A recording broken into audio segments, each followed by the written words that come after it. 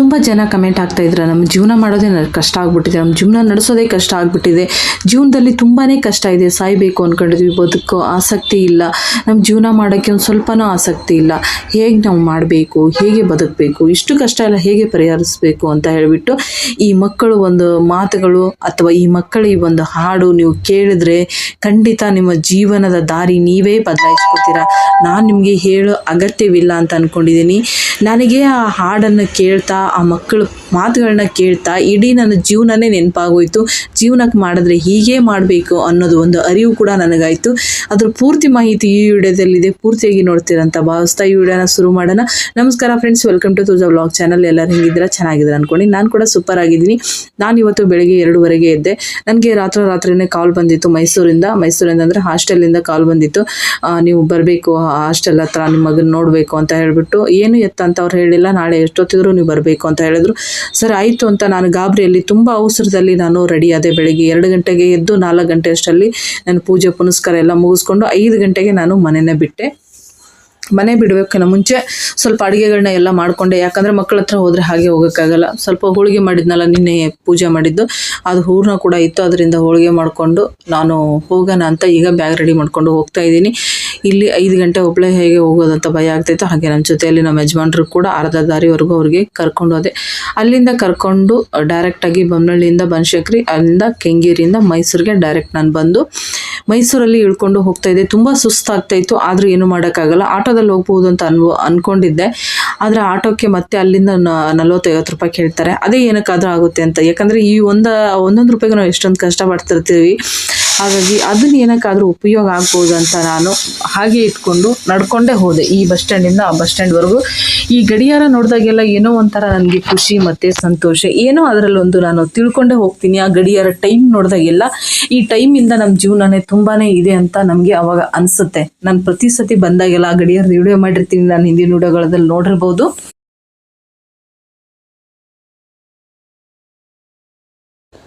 ನೀವು ಅನ್ಬೋದು, ಈ 50 ರೂಪಾಯಿಗೆ 40 ರೂಪಾಯಿಗೆಲ್ಲ ಲೆಕ್ಕಾಚಾರ ಹಾಕ್ಕೊಂಡು ನೀವು ನಡ್ಕೊಂಡು ಹೋಗ್ತೀರಾ, ಅಷ್ಟು ದುಡ್ಡಿಗೆ ಕಂಜೂಸ್ ಮಾಡ್ತೀರಾ ಅಂತ. ದುಡ್ಡಿಗೆ ಕಂಜೂಸ್ ಅಂತ ಹೇಳಲ್ಲ, ಇದಕ್ಕೆ ದುಡ್ಡಿಗೆ ನಾವು ಕೊಡೋ ಮರ್ಯಾದೆ ಅಂತ ನಾನು ಹೇಳ್ಬೋದು. ಯಾಕಂದರೆ ಅಲ್ಪ ಸ್ವಲ್ಪಕ್ಕೆಲ್ಲ ನಾವು ದುಡ್ಡು ಸಿಕ್ಕಂಗೆಲ್ಲ ಖರ್ಚು ಮಾಡ್ಕೊಂಡು ಹೋದಿದ್ರೆ ನಾವು ಜೀವನ ಪರ್ಯಂತ ದುಡಿಯೋದಿದ್ದು ಕೂಡ ವೇಸ್ಟ್ ಆಗುತ್ತೆ. ದುಡಿಯೋದು ಯಾಕೆ ಖರ್ಚು ಮಾಡೋಕ್ಕೆ ಅಂತ ನೀವು ಹೇಳ್ಬೋದು. ಹೌದು, ದುಡಿಯೋದು ಖರ್ಚು ಮಾಡೋಕ್ಕೆ, ಆ ಖರ್ಚು ಅದಕ್ಕೆ ಒಂದು ಅರ್ಥ ಇರಬೇಕು. ಆ ರೀತಿ ನಾವು ದುಡ್ಡನ್ನ ಖರ್ಚು ಮಾಡಬೇಕಾಗುತ್ತೆ. ಕೆಲವೊಬ್ರು ಹೇಳ್ತಾ ಇರ್ತಾರೆ, ದುಡ್ಡಿಗೆಲ್ಲ ಲೆಕ್ಕನೇ ಹಾಕಬಾರ್ದು, ಹೆಂಗಿರುತ್ತೋ ಹಂಗೆ ಬದುಕ್ಬಿಡ್ಬೇಕು ನಾವು ಅಂತ ಹೇಳ್ಬಿಟ್ಟು. ಖಂಡಿತ ನಾವು ಹೆಂಗಿರುತ್ತೋ ಹಂಗೆ ಬದುಕಬೇಕು. ಆದರೆ ಅದಕ್ಕೆ ಅಂತ ಒಂದು ಟೈಮ್ ಇರಬೇಕು, ಅದಕ್ಕೆ ಅಂತ ಖರ್ಚು ಮಾಡೋಕ್ಕೆ ಅದಕ್ಕೆ ಅರ್ಹತೆ ಇರಬೇಕು. ಏನು ಸಿಕ್ಕಂಗೆಲ್ಲ ದುಡ್ಡು ಖರ್ಚು ಮಾಡಿದ್ರೆ ದುಡ್ಡಿಗೆ ಬೆಲೆ ಇಲ್ದಂಗೆ ಆಗುತ್ತೆ. ಹಾಗೆ ನಮ್ಮ ಜೀವನಕ್ಕೆ ಕೂಡ ಬೆಲೆ ಇಲ್ದಂಗೆ ಆಗ್ಬಿಡುತ್ತೆ. ಹಾಗಾಗಿ ನಾವು ದುಡ್ಡಿಗೆ ಎಷ್ಟು ಮಹತ್ವ ಕೊಡ್ತೀವೋ, ದುಡ್ಡಿಗೆ ಎಷ್ಟು ಬೆಲೆ ಕೊಡ್ತೀವೋ, ನಮ್ಮ ಜೀವನಕ್ಕೆ ಕೂಡ ಅಷ್ಟೇ ಬೆಲೆ ಸಿಗುತ್ತೆ ಅಂತ ನನ್ನ ಅನಿಸಿಕೆ. ಯಾಕಂದರೆ ಈ ದುಡ್ಡಿಂದನೇ ಈಗ ಜೀವನ ನಡೀತಾ ಇರೋದ್ರಿಂದ, ಹಾಗಾಗಿ ನಾವು ದುಡ್ಡಿಗೆ ಎಷ್ಟು ಬೆಲೆ ಕೊಡ್ತೀವೋ ನಮ್ಮ ಜೀವನಕ್ಕೂ ಅಷ್ಟೇ ಬೆಲೆ ಕೊಡಬೇಕಾಗತ್ತೆ. ನಮ್ಮ ಜೀವನಕ್ಕೆ ಎಷ್ಟು ಬೆಲೆ ಕೊಡ್ತೀವೋ, ದುಡ್ಡಿಗೆ ಎಷ್ಟು ಬೆಲೆ ಕೊಡ್ತೀವಿ, ಇಡೀ ನಮ್ಮ ಜೀವನಕ್ಕೆ ಅದೇ ಬೆಲೆ ಸಿಗುತ್ತೆ ಅಂತ ನನ್ನ ಅನಿಸಿಕೆ. ಹಾಗೆ ನಾನು ಅಲ್ಲಿಂದ ನಡ್ಕೊಂಡು ಬಂದು ಈ ಪಾರ್ಕಲ್ಲಿ ಕೂತ್ಕೊಂಡು ಊಟ ಮಾಡ್ತಾಯಿದ್ದೆ. ಈ ಪಾರ್ಕಲ್ಲೇ ಬಂದು ಕೂತ್ಕೊಂಡು ಊಟ ಮಾಡ್ತೀನಿ. ಯಾವಾಗಲೂ ನಾನು ಊಟ ತೊಗೊಂಬಂದರೆ ಇಲ್ಲಿ ಕೂತ್ಕೊಂಡು ಊಟ ಮಾಡ್ಕೊಂಡು ಹೋಗ್ತೀನಿ. ನಾನು ಇಲ್ಲಿ ಬರೋಷ್ಟರಲ್ಲಿ ನಾನು ಊಟ ಟೈಮ್ ಆಗಿರುತ್ತೆ. ಹಾಗಾಗಿ ಇಲ್ಲಿಂದಾನೇ ಊಟ ಮಾಡಿಕೊಂಡು ನಾನು ಮತ್ತೆ ವಾಪಸ್ಸು ಸುತ್ತೂರಿಗೆ ಹೋಗಬೇಕು.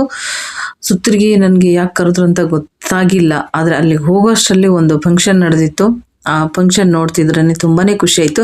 ನನ್ನ ಮಕ್ಕಳಿಗೆ ಈಗ ಅಲ್ಲಿಗೆ ಹಾಕಿ ಒಂದು 3 ವರ್ಷ ಆಯಿತು, ಆ ಹಾಸ್ಟೆಲ್ಗೆ ಹಾಕಿ. ಯಾವತ್ತೂ ಫಂಕ್ಷನ್ಗಳಿಗೆ ನಾವು ಹೋಗಿರಲಿಲ್ಲ.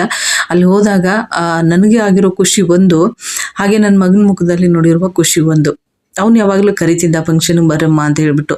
ನನಗೆ ಈ 3 ವರ್ಷದ ಕಾಲನ ಅವ್ನು ಹಾಸ್ಟೆಲ್ಗೆ ಹೋದಾಗಿಂದ ನನಗೆ ಹುಷಾರಿಲ್ಲದ ಕಾರಣಕ್ಕೆ, ಇಲ್ಲಪ್ಪ ನಂಗೆ ಆರಾಮಿಲ್ಲ, ನಾನು ಬರಲ್ಲ ಅಂತಲೇ ಹೇಳ್ತಾ ಇದ್ದೆ, ಹೋಗ್ತಾನೆ ಇರಲಿಲ್ಲ. ಆದರೆ ನಾನು ಅವಾಗ ಹೋದಾಗ ಅಲ್ಲಿ ಆಗಿರೋ ಖುಷಿ ಇದೆ ನೋಡಿ, ಸಿಕ್ಕಾಪಟ್ಟೆ ಖುಷಿಪಟ್ಟ. ಅವನ ಮುಖದಲ್ಲಿ ಒಂದು ಕಳೆನೇ ಬಂದ್ಬಿಡ್ತು. ಆ ಮುಖದ ಖುಷಿ ನೋಡಿಬಿಟ್ಟು ನನಗೆ ಒಂಥರ ಸಂತೋಷ ಕೂಡ ಆಯಿತು. ಅದಕ್ಕೆ ಮಕ್ಕಳು ಆಸೆ ಪಡ್ತಾರೋ, ನಾವು ಅವ್ರವ್ರ ಫಂಕ್ಷನ್ ಇದ್ದಾಗ ಬನ್ನಿ ಅಮ್ಮ ಅಂತ ಕರೀತಾರಲ್ಲ, ಅಥವಾ ಬನ್ನಿಯಪ್ಪ ಅಂತ ಕರೀತಾರೆ. ಫ್ಯಾಮಿಲಿಯಲ್ಲಿ ಯಾರಾದರೂ ಒಬ್ಬರು ಹೋದರೆ ಆ ಮಕ್ಕಳಿಗೆ ಖುಷಿನೇ ಬೇರೆ. ಹಾಗಾಗಿ ನಿಮಗೂ ಕೂಡ ನಾನು ಹೇಳೋದು, ಮಕ್ಕಳದೇನೋ ಒಂದು ಫಂಕ್ಷನ್ ಇರಲಿ ಅಥವಾ ಮಕ್ಕಳು ಕರೆದಾಗ ಇಲ್ಲ ನಾನು ಬರಲ್ಲ, ಆಗಲ್ಲ ಅಂತ ಹೇಳಬೇಡಿ. ಯಾಕಂದರೆ ಹಿಂದೆ ನಾನು ಮಾಡಿರೋ ತಪ್ಪು ಮುಂದೆ ನೀವು ಮಾಡಬೇಡಿ ಅಂತ ನಾನು ಹೇಳ್ತಾ ಇರೋದು ಅಷ್ಟೇ. ಇದು ಸುತ್ತೂರು ಹಾಸ್ಟೆಲು. ಇದು ಎಂಟ್ರೆನ್ಸ್, ಇಲ್ಲಿಂದ ಗೇಟಿಂದ ಮುಂದೆ ಹೋಗ್ತಾ ಇರೋದು ಸ್ಕೂಲು. ಮತ್ತು ಈ ಸ್ಕೂಲ್ ಬಗ್ಗೆ ಮಾತಾಡೋಕ್ಕೆ ಸಾಕಾಗೋದಿಲ್ಲ, ಅಷ್ಟು ಅದ್ಭುತವಾದ ಸ್ಕೂಲು.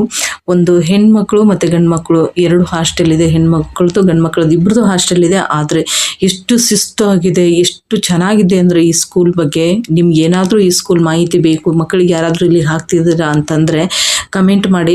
ನಿಜವಾಗ್ಲೂ ಈ ಸ್ಕೂಲಲ್ಲಿ ಓದ್ತಾ ಇರೋ ಮಕ್ಕಳು ನಿಜವಾಗ್ಲೂ 7 ಜನ್ಮದ ಪುಣ್ಯ ಅಂತಲೇ ಹೇಳ್ಬೋದು. ಹಾಗೆ ಮತ್ತು ಇಲ್ಲಿ ಕಲಿತ ಮಕ್ಕಳು ಪ್ರತಿಯೊಬ್ಬೊಬ್ಬರು ಒಂದೊಂದು ಉದ್ಯೋಗದಲ್ಲಿ, ಒಂದೊಂದು ನೌಕರಿಯಲ್ಲಿ ಅವರು ಈಗ ತೊಡಗಿಸ್ಕೊಂಡಿದ್ದಾರೆ. ಸತ್ಯವಾಗ್ಲೂ ಈ ಸ್ಕೂಲು ನೋಡ್ತಾ ಇದ್ರೆ ನನಗೆ ಒಂದು ದೊಡ್ಡ ದೇವಸ್ಥಾನ, ಶಿವನ ದೇವಸ್ಥಾನ ನೋಡ್ದಂಗಿರುತ್ತೆ. ಆ ಸ್ವರ್ಗದಲ್ಲಿ ಕಾಲಿಟ್ಟ ಇದೀವೇನೋ ಅನ್ನಿಸುತ್ತೆ. ಎಷ್ಟು ಪ್ರಶಾಂತವಾಗಿರುತ್ತಂದರೆ ಅಷ್ಟು ಓದೋ ಮಕ್ಕಳು, ಅಷ್ಟು ಮಾಸ್ಟರ್ಗಳು ಇರ್ತಾರೆ. ಇಷ್ಟು ದೊಡ್ಡ ಸ್ಕೂಲ್ ಇದ್ದಾಗ ಎಷ್ಟು ಗಲಾಟೆ ಇರಬೇಕು, ಒಂದು ಸೂಜಿ ಬಿದ್ದರೂ ಕೂಡ ಗೊತ್ತಾಗುತ್ತೆ ನಿಮಗೆ ಅಲ್ಲಿ, ಅಷ್ಟು ಪ್ರಶಾಂತವಾದದ್ದು. ಈ ಹುಡುಗ ಕೂಡ ಹುಷಾರಿರಲಿಲ್ಲ ಅಂತ ಹೇಳ್ಬಿಟ್ಟು ಊರಿಗೆ ಹೋಗಿ ಬಂದಿದ್ದೀನಿ ಆಂಟಿ ಅಂತ ಹೇಳ್ಕೊಂಡು ಇಬ್ಬರು ಕೂಡ ಮಾತಾಡ್ಕೊಂಡು ಹೋಗ್ತಾ ಇದ್ವಿ. ಅಷ್ಟು ಚೆನ್ನಾಗಿದೆ ಸ್ಕೂಲ್ ನೋಡಿ, ತುಂಬಾ ಖುಷಿ ಆಯಿತು ನನಗೆ. ಈಗ ಫಸ್ಟ್ ಸ್ಟಾರ್ಟಿಂಗ್ ಹಾಕ್ಬೇಕಾದ್ರೆ ತುಂಬ ಭಯಪಟ್ಟು ಹಾಕಿದ್ದೆ. ಈಗ ಸ್ಕೂಲಲ್ಲಿ ನನ್ನ ಮಗ ಓದಿ ನಾನು ಅಲ್ಲಿ ಹೋಗಿ ಬಂದು ಎಲ್ಲ ಗೊತ್ತಾದ ಮೇಲೆ ನನಗೆ ಇವಾಗ ಅನ್ನಿಸ್ತಾ ಇದೆ, ಸತ್ಯವಾಗ್ಲೂ ನಾನು ಅಲ್ಲಿ ಮಗ ಓದ್ತಾ ಇರೋದೇ ನನ್ನ ಪೂರ್ವ ಜನ್ಮದ ಪುಣ್ಯ ಅಂತ ಅನ್ನಿಸ್ತು. ನಾನು ನಿಮಗೆ ಹಿಂದೆ ಹೇಳಿದ್ನಲ್ವ, ಈ ಮಕ್ಕಳ ಮಾತು ಮತ್ತು ಇವ್ರ ಹಾಡ ಕೇಳ್ತಾ ಇದ್ರೆ ನೀವು ಜೀವನನ ರೂಪಿಸ್ಕೋಬೋದು. ಇವರು ಸಾಧನೆ ಮಾಡಿರೋದೊಂದು ಪೇಪರ್ಸ್ಗಳನ್ನ ಕೊಡ್ತಾ ಇದ್ದಾರೆ ಅವ್ರ ಕೈಗೆ. ನಾನು ಅಷ್ಟೊಂದು ಓದಿಲ್ಲ, ಅಷ್ಟು ಮಾಹಿತಿ ನನಗೆ ಕೊಡೋಕ್ಕಾಗಲ್ಲ ಈ ಸ್ಕೂಲ್ ಬಗ್ಗೆ. ಅಂದರೆ ಅವರು ಮಾತಾಡೋ ಮಾತುಗಳನ್ನ ಕೇಳಿಸ್ಕೋದ್ರೆ ಒಂದೊಂದು ಜೀವನದ ಅನುಭವದ ಮಾತು ಮಕ್ಕಳ ಬಾಯಲ್ಲಿ, ದೊಡ್ಡವ್ರು ಬಿಟ್ಟಾಕಿ ಮಕ್ಕಳ ಬಾಯಲ್ಲಿ ಅಷ್ಟು ಅನುಭವದ ಮಾತುಗಳು. ಎಲ್ಲ ಮಕ್ಕಳು ಒಂದೇ ಥರ ಇರಲ್ಲ, ದೊಡ್ಡರು ಬುದ್ಧಿವಂತರು ಎಲ್ಲರೂ ಇರ್ತಾರೆ. ಎಲ್ಲರನ್ನೂ ನಾವು ಸಂಭಾಳಿಸ್ಕೊಂಡು ಹೋದಾಗ ಪ್ರತಿಯೊಂದು ಮಕ್ಕಳು ಕೂಡ ಬುದ್ಧಿವಂತರು ಆಗ್ತಾರಂತ ಶಿಕ್ಷಕರು ಕೂಡ ಅಷ್ಟು ಮಕ್ಕಳ ಬಗ್ಗೆ ವರ್ಣಿಸಿದ್ರು. ನಿಜಕ್ಕೂ ಕಣ್ಣಲ್ಲಿ ನೀರೇ ಬಂತು, ಅಷ್ಟು ಅದ್ಭುತವಾದ ಸಾಲುಗಳು. ನೀವು ಕೂಡ ಕೇಳ್ಕೊಂಡು ಬರ್ತೀರಾ ಅಂತ, ಪೂರ್ತಿಯಾಗಿ ನೋಡಿ ಕೇಳ್ತೀರಾ ಅಂತ ಅನ್ಕೊಂಡಿದ್ದೀನಿ. ನೋಡ್ಕೊಂಬನ್ನಿ.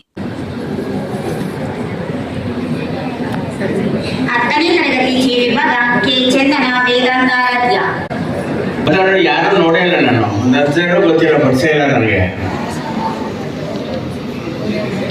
ಪರಮ ಪೂಜ್ಯರಿಗೆ ಮೊದಲಿಗೆ ನಮಸ್ಕರಿಸುತ್ತಾ,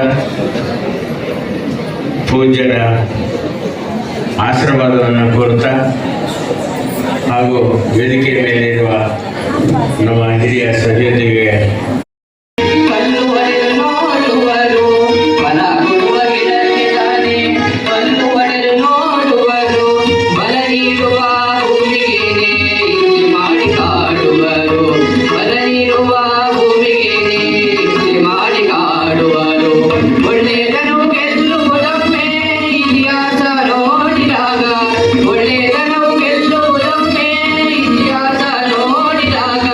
ನಮಗೂ ಕಾಲ ಬರು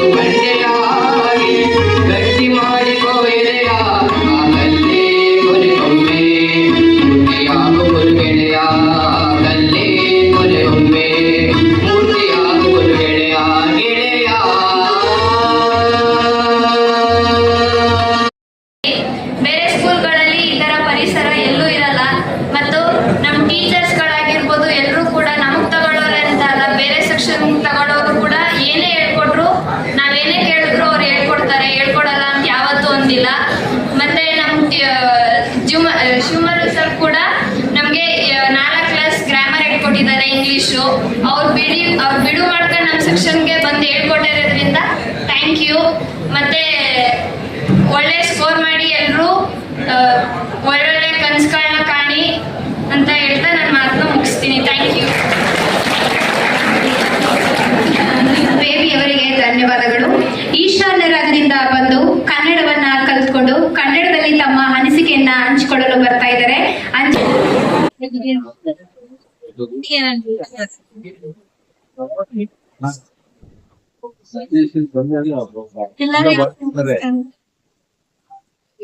ಮೊದಲಿಗೆ ಗುರುಗಳನ್ನು ಭಕ್ತಿಪೂರ್ವವಾಗಿ ಸಮರ್ಸುತ್ತಾ, ನನ್ನ ಹೆಸರು ಅಂಜಲಿ. ನಾನು 10ನೇ ತರಗತಿ ವಿಭಾಗದಲ್ಲಿ ವ್ಯಾಸಂಗ ಮಾಡ್ತಿದ್ದೇನೆ. ನಾನು ಇಲ್ಲಿ ಬಂದು 4 ವರ್ಷ ಆಯ್ತು. 7ನೇ ತರಗತಿಯಿಂದ ಬಂದಿದ್ದೀನಿ. ಇಲ್ಲಿ ಎಜುಕೇಶನ್ ಎಲ್ಲ ಚೆನ್ನಾಗಿದೆ. ಇಲ್ಲಿ ಶಿಕ್ಷಕರು ನಮ್ಗೆ ತುಂಬಾ ಹೆಲ್ಪ್ ಮಾಡುತ್ತಾರೆ. ನಮ್ಗೆ ತುಂಬಾ ಖುಷಿ ಆಯ್ತು ಇಲ್ಲಿ ಬಂದು.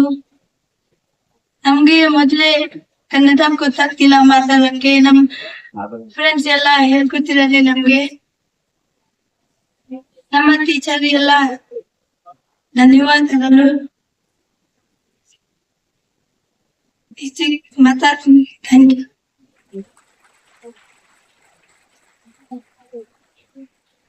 ಅಂಜಲಿಸ್ಗೆ ಧನ್ಯವಾದಗಳು.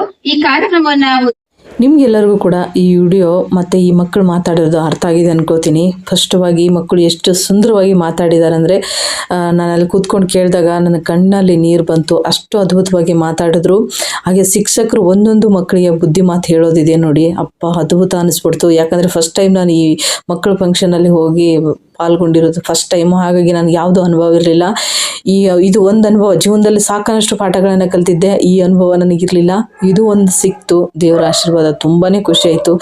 ಹಾಗೆ ಮತ್ತು ಆ ಮಕ್ಕಳು ಮಾಡ್ತಿರೋ ಮಾತು ಮತ್ತು ಈ ಶಿಕ್ಷಕರು ಹೇಳ್ತಿರೋ ಬುದ್ಧಿವಾದ, ಹಾಗೆ ಮತ್ತು ಮಕ್ಕಳನ್ನ ನಾವು ತಂದೆ ತಾಯಿ ಕೂಡ ಅಷ್ಟು ಹೇಳಿರಕ್ಕಿಲ್ಲ ಅನ್ಕೊತೀನಿ. ಅಷ್ಟು ಚೆನ್ನಾಗಿ ಆ ಶಿಕ್ಷಕರು ಮಕ್ಕಳಿಗೆ ಅಷ್ಟು ಅನುಭವ ಅರ್ಥ ಆಗೋ ರೀತಿಯಲ್ಲಿ ಅವ್ರು ಹೇಳಿದ್ರು ಆ ಮಾತುಗಳನ್ನ. ತುಂಬಾ ಖುಷಿ ಆಯಿತು.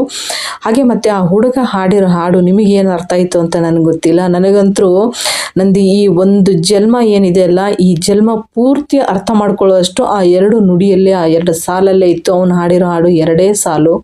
ಆ 2 ಸಾಲಲ್ಲಿ ಇಡೀ ನಮ್ಮ ಒಂದು ಜನ್ಮ ಹೇಳಿರುವ ಮಾತು, ಕಲ್ಲು ಬಂಡೆ ಹಾಗೆ ಗಟ್ಟಿ ಮಾಡಿಕೋ ಹೃದಯ, ಕಲ್ಲು ಬಂಡೆ ಹಾಗೆ ಗಟ್ಟಿ ಮಾಡಿಕೋ ಹೃದಯ, ಕೊನೆಗೊಮ್ಮೆ ಆ ಕಲ್ಲೇ ಮೂರ್ತಿಯಾಗಿ ನಿಲ್ಲುವುದಯ್ಯ ಗೆಳೆಯ ಅಂತ ಹೇಳ್ಬಿಟ್ಟು ಹಾಡಿದ್ದಾನೆ. ನಿಜವಾಗ್ಲೂ ಪ್ರತಿಯೊಂದು ಕಷ್ಟ ಬಂದಾಗ, ಪ್ರತಿಯೊಂದು ನಮಗೂ ನೋವು ಬಂದಾಗ, ನಮ್ಮ ಜೀವನದಲ್ಲಿ ಏನೇ ಒಂದು ತೊಂದರೆಗಳು ಬಂದಾಗ ಮನಸ್ಸು ನಾವು ಯಾವಾಗ ಗಟ್ಟಿ ಮಾಡಿಕೊಂಡು ಇದನ್ನು ನಾವು ಗೆಲ್ತೀವಿ, ಇದನ್ನು ಗೆಲ್ತೀವಿ, ಇವತ್ತಿಲ್ಲ ನಾಳೆ ನಮ್ಮ ಜೀವನದಲ್ಲಿ ಸಿಗುತ್ತೆ ಅಂತ ಹೇಳಿ ನಾವು ಗಟ್ಟಿ ಮನಸ್ಸು ಮಾಡಿಕೊಂಡು ನಮ್ಮ ಮನಸ್ಸನ್ನ ಅವನು ಹೇಳ್ದಂಗೆ ಕಲ್ಲು ಮಾಡ್ಕೊಂಡು ಕೂತ್ಕೊಂಡ್ರೆ ಖಂಡಿತ ನಮ್ಮ ಜೀವನದಲ್ಲಿ ಒಳ್ಳೆ ಟೈಮ್ ಬಂದೇ ಬರುತ್ತೆ. ಯಾವತ್ತೂ ನಮಗೆ ಒಳ್ಳೆ ಟೈಮ್ ಬರಲ್ಲ ಅಂತಿರಲ್ಲ.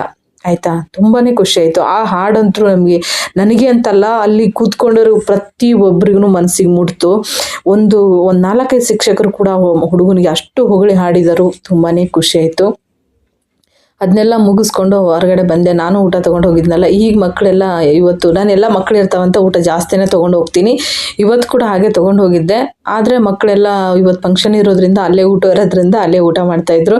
ಹಾಗಾಗಿ ಇವರಿಬ್ಬರೇ ಕೂತ್ಕೊಂಡು ಊಟ ಮಾಡ್ತಾಯಿದ್ರು. ಫಸ್ಟ್ ಟೈಮ್ ನಾನು ಹಾಸ್ಟೆಲ್ಗೆಲ್ಲ ಹೋದಾಗ ಇಡೀ ಮಕ್ಕಳನ್ನ ಗುಂಪು ಮಾಡ್ಕೊಂಡು ಕೂತ್ಕೊಂಡು ಊಟ ಮಾಡ್ತಾಯಿದ್ವಿ. ಇವರಿಬ್ಬರೇ ಇವತ್ತು ಊಟ ಮಾಡ್ತಾ ಇರೋದು. ನನಗೂ ಕೂಡ ಯಾಕೋ ಊಟ ಸೇರಲಿಲ್ಲ, ನಾನು ಊಟ ಮಾಡಲಿಲ್ಲ. ಮಕ್ಕಳಿಗಿಬ್ಬರಿಗೂ ಊಟ ಮಾಡಿಸಿದೆ. ತುಂಬ ದಿನ ಆಯಿತು ನೀವಿಬ್ಬರನ್ನ ನೋಡಿಲ್ಲ, ವಿಡಿಯೋದಲ್ಲಿ ತೋರಿಸೋಣ ಅಂತ ಹೇಳ್ಬಿಟ್ಟು ಅವ್ರಿಗೂ ಕೂಡ ವಿಡಿಯೋ ಮಾಡಿದೆ. ತುಂಬಾ ಖುಷಿ ಆಯಿತು. ಅಲ್ಲಿಂದ ಸಿದ್ಧಾರ್ಥಿಗೆ ಊರಿಗೆ ಕರ್ಕೊಂಬರ್ತಾ ಇದ್ದೀನಿ. ನೀವು ನೋಡ್ತಾ ಇರ್ಬೋದು ಯಾಕೆ ನಾನು ಊರಿಗೆ ಕರ್ಕೊಂಡು ಹೋಗ್ತಾ ಇದ್ದೀನಿ ಅಂತ. ಹೋದ ಸತಿ ನೀವು ನೋಡಿದ್ರಲ್ಲ, ಅವನಿಗೆ ಗುಳ್ಳೆಗಳಾಗಿತ್ತು ಕೈಗೆ ಕಾಲಿಗೆಲ್ಲ. ಈ ಸತಿ ಕೂಡ ಹಾಗೆ ಆಗಿತ್ತು. ಕೈಗೆ ಆಗಿತ್ತು. ಫಸ್ಟ್ ಹೆಂಗೆ ಕೈಗೆ ಆಗಿತ್ತು, ಬಲಗೈಗೆ ಆಗಿತ್ತು. ಈ ಸತಿ ಎಡಗೈಗೆ ಆಗಿತ್ತು ಆ ಗುಳ್ಳೆ.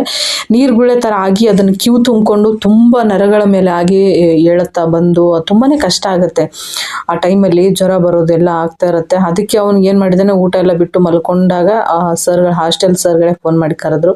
ಹಾಗಾಗಿ ಹೋಗಿ ನಾನು ಅವನ್ನ ಕರ್ಕೊಂಬಂದೆ. ಮೈಸೂರಿಗೆ ಬರಬೇಕಾದ್ರೆ ಈ ರೋಡಲ್ಲಿ ನೋಡಿ, ಮೈಸೂರಿಗೆ ಬಸ್ ಸ್ಟ್ಯಾಂಡಿಗೆ ಹೋಗೋ ರೋಡಲ್ಲಿ ಇಲ್ಲಿ ಈ ಮರಗಳು ಅಶೋಕ್ ಮರ ಸಿಗ್ತಾನೆ ಇಲ್ಲ ಅಂತ ತುಂಬ ಜನ ಕಮೆಂಟ್ ಆಗ್ತಾ ಇದ್ರು. ಇದು ನೋಡಿದ ತಕ್ಷಣ ನೆನಪಾಯ್ತು ನನಗೆ. ನೋಡಿ ಎಷ್ಟೊಂದು ಆ ಬಸ್ ಸ್ಟಾಪಿಂದ ಲಾಸ್ಟ್ ಫಸ್ಟಿಂದ ಎಂಡ್ವರೆಗೂ ಕೂಡ ಈ ಮೈಸೂರು ಅರಮನೆವರೆಗೂ, ಬಸ್ ಸ್ಟ್ಯಾಂಡಿಂದ ಮೈಸೂರು ಅರಮನೆವರೆಗೂ ಈ ಅಶೋಕ್ ಮರವನ್ನು ಸಾಲವಾಗಿ ನೆಟ್ಟಿದ್ದಾರೆ ನೋಡಿ. ಸಾಲವಾಗಿ ಇದಾವೆ ಗಿಡಗಳು. ಅದು ನೀವು ಕೇಳ್ತಾ ಇದ್ರಲ್ವಾ, ಅದೊಂದು ಯಾರಾದರೂ ಮೈಸೂರಿಗೆ ಹೋದ್ರೆ ಇದೇ ಗಿಡ ಅಂತ ಬಸ್ ಸ್ಟ್ಯಾಂಡ್ ಹತ್ರನೇ ಇದೆ. ತುಂಬಾನೇ ಖುಷಿ ಆಯಿತು. ಅಲ್ಲಿಂದ ಕರ್ಕೊಂಡು ಬಂದೆ ನಾನು ಮಗನ. ಅದ್ರ ಸೆಂಟ್ರಲ್ಲಿ ಸ್ವಲ್ಪ ಇಬ್ಬರು ಸೇರಿ ಒಂದು ಎಡವಟ್ಟು ಮಾಡಿದ್ವಿ. ಅದು ನಿಮ್ಮ ಹತ್ರನೂ ಹೇಳೋದು ಬೇಡ ಅನಿಸ್ಬಿಡ್ತು. ಬೇಡ ಅದು. ಹಾಗೆ ಈ ಕುದುರೆಗಳು ನೋಡ್ತಾ ಇದ್ರೆ ನಮ್ಮ ಚಿಕ್ಕ ವಯಸ್ಸಿನ ನೆನಪಾಗುತ್ತೆ ನಮಗೆ. ನಾವು ಬಿಜಾಪುರಕ್ಕೆ ಮತ್ತೆ ಅವಾಗ ಇದಕ್ಕೆ ಸೊಲ್ಲಾಪುರಕ್ಕೆ ಹೋದಾಗೆಲ್ಲ ಇದರಲ್ಲಿ ಕೂತ್ಕೊಂಡು ಹೋಗ್ತಾ ಇದ್ವಿ. ಇವಾಗ ಬಿಜಾಪುರಲ್ಲಿ ಕಾಣಿಸ್ಕೊಂಡಿಲ್ಲ, ಎಲ್ಲೂ ನೋಡಿಲ್ಲ. ಸೊಲ್ಲಾಪುರದಲ್ಲಿ ಈಗೂ ಇದಾವ ಇಲ್ಲ ಗೊತ್ತಿಲ್ಲ, ಯಾಕಂದ್ರೆ ಸೊಲ್ಲಾಪುರಕ್ಕೆ ನಾನು ಈಗ ಜಾಸ್ತಿ ಹೋಗೇ ಇಲ್ಲ. ಜಾಸ್ತಿ ಅಂದ್ರೆ ತುಂಬ ವರ್ಷಗಳಾಯ್ತು ಹೋಗಿ, ಸೊಲ್ಲಾಪುರಕ್ಕೆ ಹೋಗಿಲ್ಲ. ಈ ಮೈಸೂರಲ್ಲಿ ಇನ್ನೂ ಇದೆ ನೋಡಿ ಹಳೆ ಕಾಲದ ಕುದುರೆ ಗಾಡಿಗಳು. ತುಂಬಾ ಖುಷಿ ಆಯಿತು. ಅಲ್ಲಿಂದ ಎಲ್ಲ ಮುಗಿಸ್ಕೊಂಡು ನಾವು ಮನೆಗೆ ಬರೋಕ್ಕೆ ನೋಡಬೇಕು ಟೈಮ್ ನೋಡ್ರಿ 11 ಗಂಟೆ. ಈಗ ಬಂದು ಮನೆಗೆ ಮುಟ್ಟಿದ್ದೀವಿ. ಮಗನೂ ಊಟ ಮಾಡ್ತಾ ಇದ್ದೇನೆ, ಇನ್ನೇನು ನಾನು ಊಟ ಮಾಡಬೇಕು. ಈ ವಿಡಿಯೋ ಕೂಡ ನಿಮಗೆ ಇಷ್ಟ ಆಗಿದೆ ಅನ್ಕೋತಿದ್ದೀನಿ. ಇಷ್ಟ ಆದರೆ ಲೈಕ್ ಮಾಡಿ, ಶೇರ್ ಮಾಡಿ, ಹಾಗೆ ಚಾನಲ್ನ ಸಬ್ಸ್ಕ್ರೈಬ್ ಮಾಡಿಕೊಂಡು ಸಪೋರ್ಟ್ ಮಾಡಿ ಅಂತ ಕೇಳ್ತಾ ಇಲ್ಲಿಗೆ ವಿಡಿಯೋ ಎಂಡ್ ಮಾಡ್ತಾ ಇದ್ದೀನಿ. ನಮಸ್ಕಾರ.